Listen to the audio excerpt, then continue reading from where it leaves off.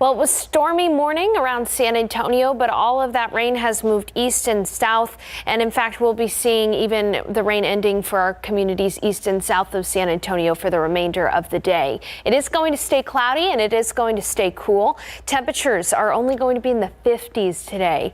In the afternoon, there's only a 20% chance for a stray shower. 58 for the high. We'll have northeast winds 10 to 20 miles per hour, gusting up to 35 miles per hour at times, and a cool evening with temperatures falling into the low 50s as well. Now tomorrow we are going to see cloud cover remain. It's going to stay cloudy tomorrow, and we will have areas of patchy drizzle, especially in the morning. High only of 63 on your Monday. A bit of a cool river parade setting up for us tomorrow. Then by Tuesday and Wednesday, warming up with isolated storms possible Tuesday and Wednesday night. Really nice though Thursday and Friday as we end the work week. Battle of Flowers is going to be great for everybody who's off of school and off of work. A cool morning in the 50s and afternoon in the 80s.